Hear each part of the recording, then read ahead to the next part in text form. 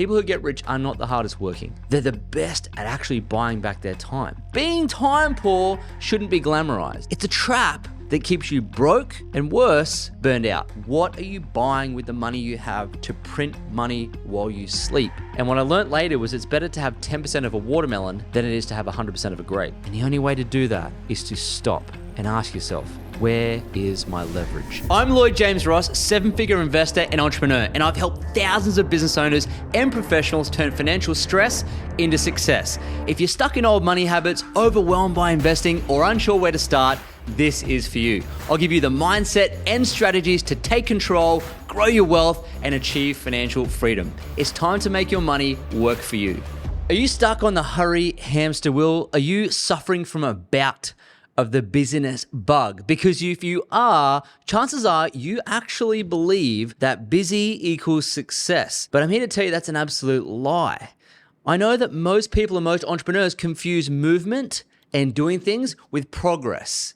They confuse being busy with progress, and they wear their busy badge on their shirt with pride. I'm busy. But being time poor shouldn't be glamorized. It's a trap that keeps you broke and worse, burned out. The real currency is time. Because you see, money is actually abundant. You can always get more money, but you can't get more time. And time it's got an expiration date. We all die. We all part this physical life. And the time between now and when we do that is called our time. And here's the thing. If money weren't abundant, we'd only be able to accumulate as much as we were old. So for example, if I lived till the age of 120 and money wasn't abundant, I could only make $120, perhaps $1 per year I'm alive. But we know that people have made hundreds of billions and trillions of dollars in that life of 100 years. So we know one thing is for sure, that money is abundant. But we also know one thing for sure, our time here on earth is also not yet abundant. It might be in the future. It might be when science discovers how to give us eternal life. But for now, we have a finite window to make things happen.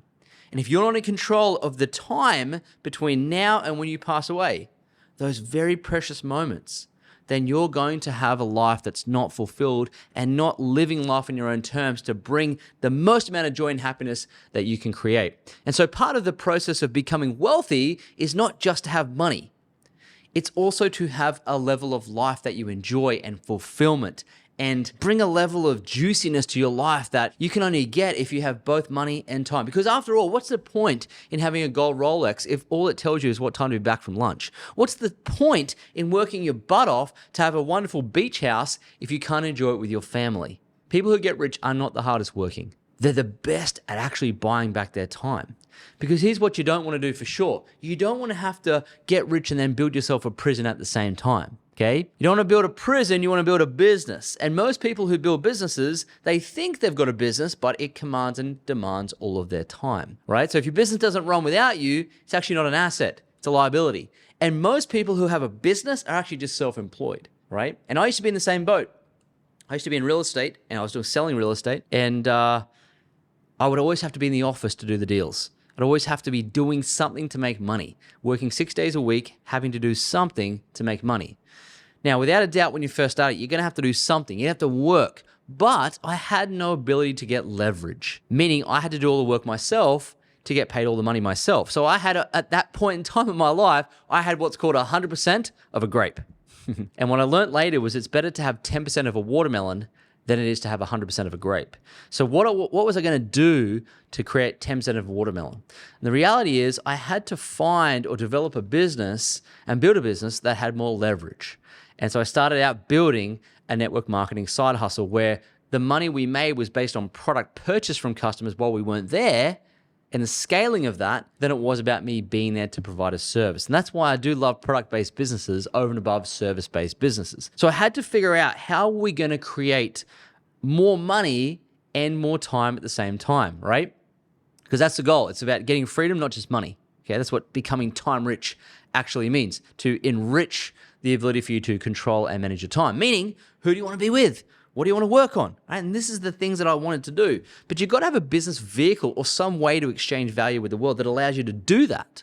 All right. So network marketing was our first step, out of this prison of I have to be there to make the money. Okay, because what happened to us was once we started that, one day I looked at my bank account and there was more money in there, and I hadn't done more work.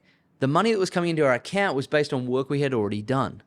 So the residual efforts of our work, we were starting to get paid the fruits of that.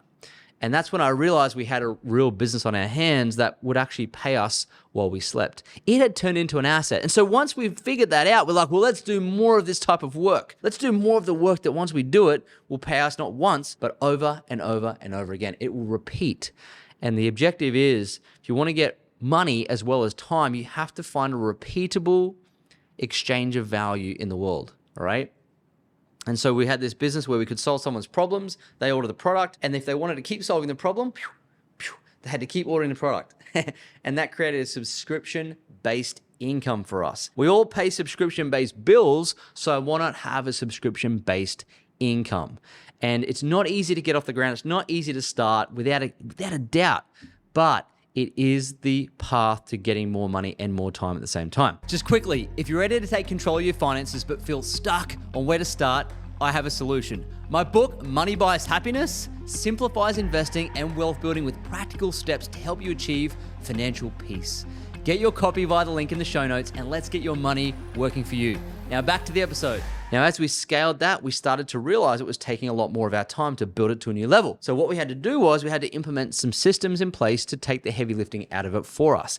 And we had to find some people to do the work with us so we could also earn from their efforts. These two types of things are called people leverage, where it's not you just doing all the work, it's other people, and systems leverage, where it's actually systems doing the work for you while you do something else. Now, systems can be hard systems and soft systems. The difference are soft systems are a process to follow to save time. Hard systems are things that actually do the work for you. So think of software, machines, robotics, right? And so we had to implement some soft systems to process things, to teach more people, to achieve more by doing less. And we had to implement software and certain processes like a selling system, a webinar, a repeatable marketing and selling system, a training system that through videos was able to be used by the team to do things while we weren't there.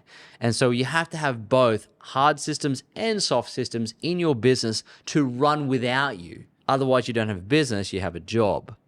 And so once we had established those systems in our network marketing business, we could actually still work on it, but we were achieving a lot more output for the input. And that's what leverage is all about.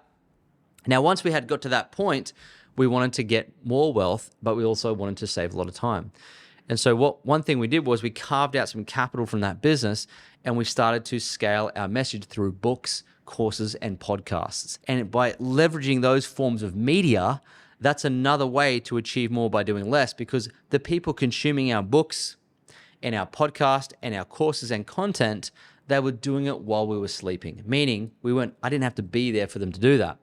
And so that was another form of leverage. And a book is one of the most effective and wonderful ways to get your message out there on repeat. You may be reading one of our books right now, but I'm not there reading it to you. And that's where media can have a very big impact on the leverage you can create for yourself, which is why, starting a YouTube channel, starting a podcast, writing a book, developing courses and doing it at a bit more scale can actually allow you to achieve more by doing less. You can help more people solve their problem without you requiring to put more hours into it. And these are the types of things you want to develop from the capital you develop from your business or your job. You want to deploy the capital to create a book, to create a podcast, to create a YouTube channel, to develop your business along the way so that you can actually leverage that capital and create more by doing less. And so part of becoming time rich is to really ask yourself the question, if I'm overwhelmed, which many people are, and you might be overwhelmed listening to this, if I'm overwhelmed, it means I don't have enough leverage. In which case, which leverage lever will I pull? Will I pull the people leverage lever? We're actually asking people to do work for me. And don't forget, your delegation is someone else's personal development. Meaning, don't ever feel guilty or shameful by giving someone work to do because they're pining for it. They're seeking to build their skills. And by you not delegating your work that you can easily do, you're not giving them the chance to build the skills they want to build. So in saying that, if you don't delegate simple tasks, you're selfish. because you're preventing someone from learning the skills they want to learn so one day they can be you. So never feel guilty or shameful about delegating.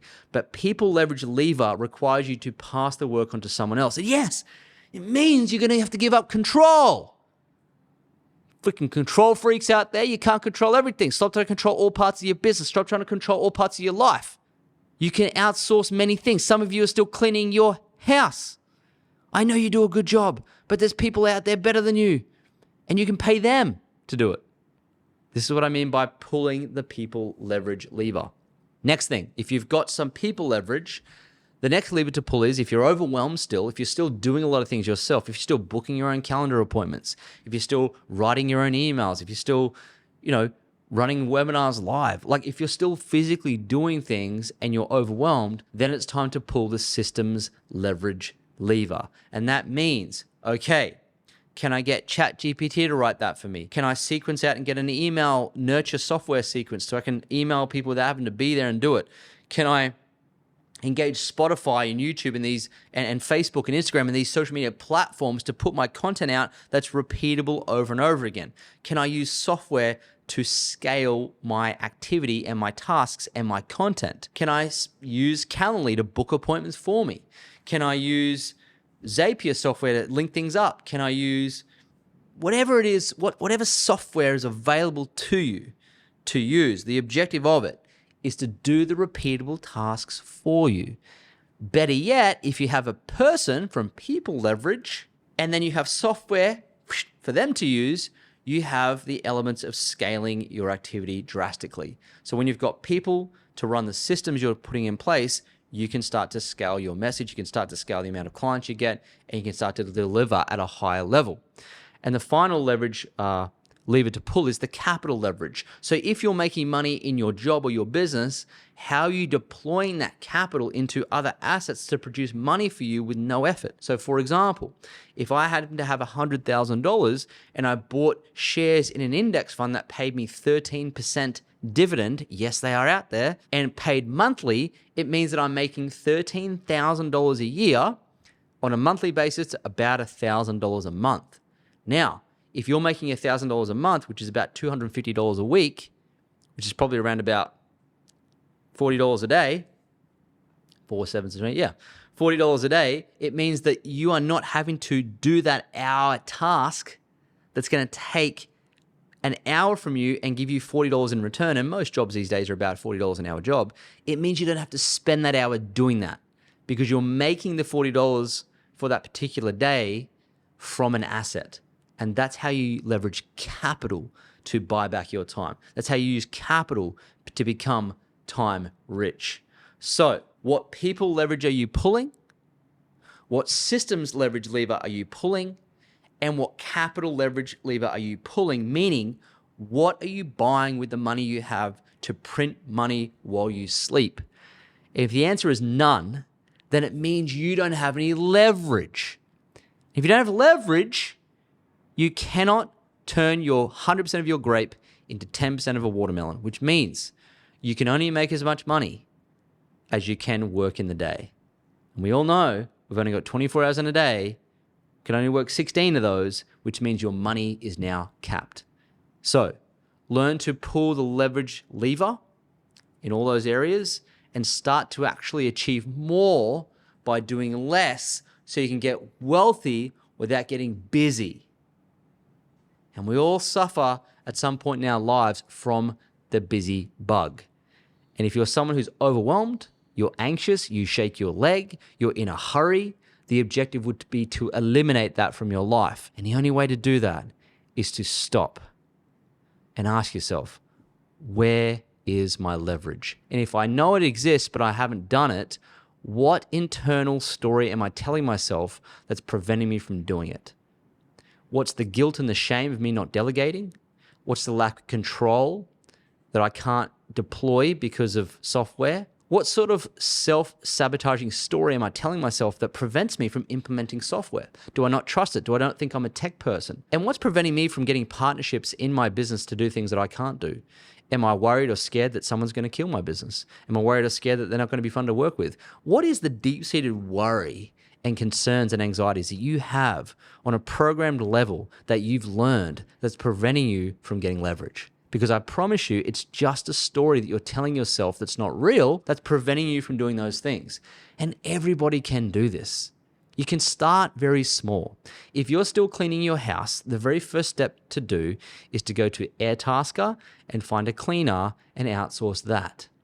If you're still cleaning your pool, the next step is to get a pool cleaner and pay them. This is the very beginnings of people leverage. If you can't use systems, the very first step you can take is to get your phone, pull up ChatGPT and start getting it to write your emails, for goodness sake. Why are you still writing your emails? Why are you still writing your sales copy? Why are you still writing your job description? Why are you still writing cover? Why are you still writing emails to your kid's principal when you can just get ChatGPT to write an amazing email, right?